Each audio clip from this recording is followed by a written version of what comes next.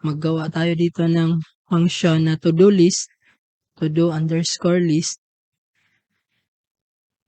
And then, kukunin natin yung data mula sa database natin.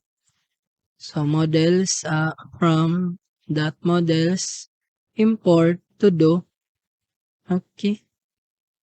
And then, to-dos is equal to to-do dot objects dot all para kunin yung lahat ng data natin. So, context equals to-dos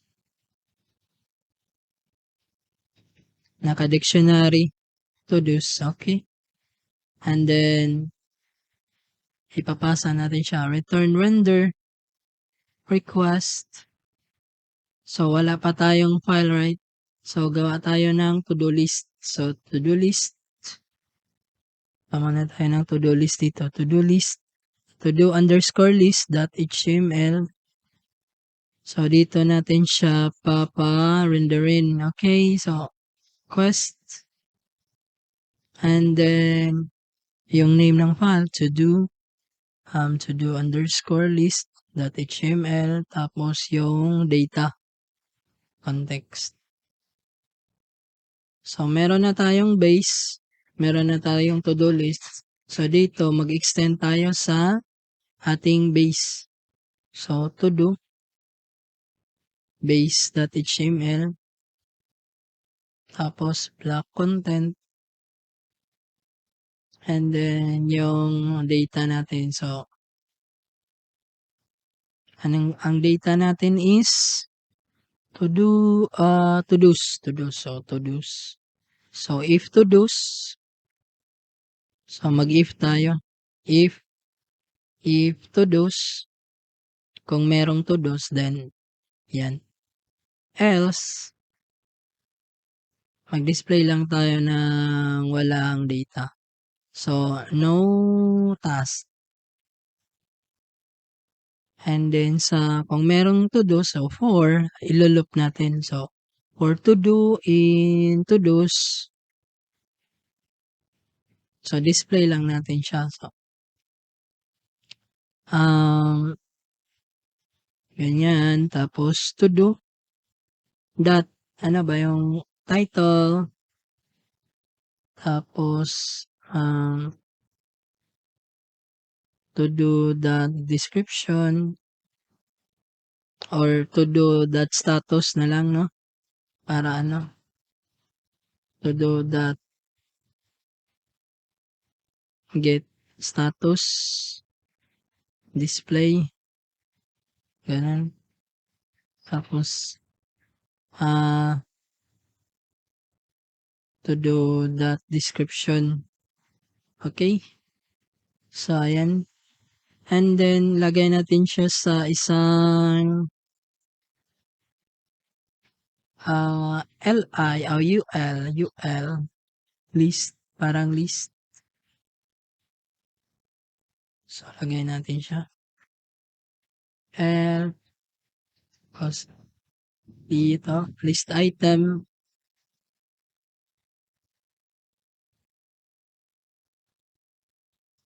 Okay.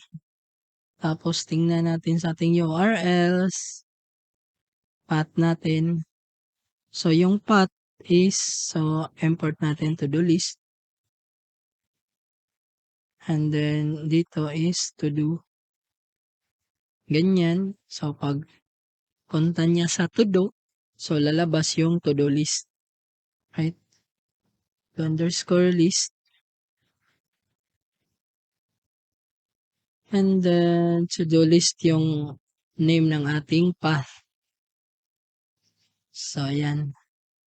So, sa views natin, meron na tayong to-do list. So, dito nanggagaling yung data natin.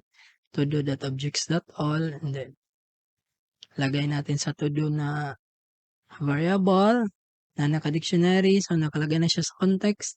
So, pag-abot niya sa ating to-do list,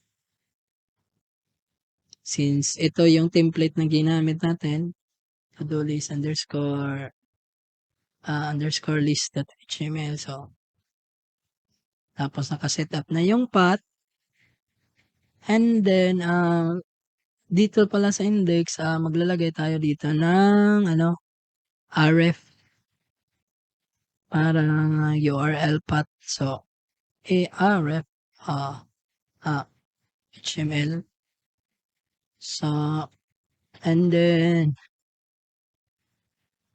URL, then to-do list. So, parang ganun para pagka-click niya sa go to list, get started, or ganyan, right? So, pag pag-click niya sa get started, mapupunta siya sa to-do list na home path, apat. And then, yung mag-render na view is itong to-do list. So, nakaraan na ba yung server natin? Okay, nakaraan na siya. Let's refresh. Ayan. So, get started. Okay. Andito na yung list, 1, 2, 3, 4, 5. Pero bakit? Merong something's not right.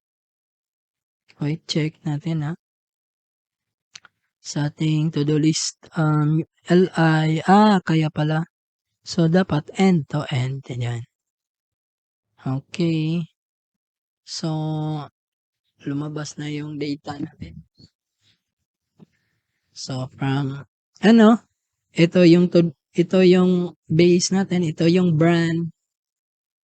Tapos, lagyan din natin ng home path, right? Para magmukhang legit. So, do it. Tapos, lagyan natin dito ng A din. A, para pag-click natin, so, mapunta siya agad sa home. A, tapos, yung home path is URL, home, to-do list. Okay.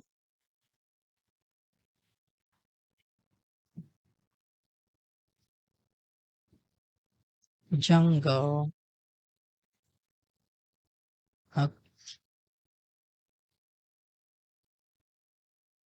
Okay. So, na-add na yung data natin through admin, tapos ating pina-display sa ating view na to-do list.html. So, ayan. So, sa next video naman, mag-add naman tayo ng data. So, mag-add tayo ng data gamit ang forms ng Django.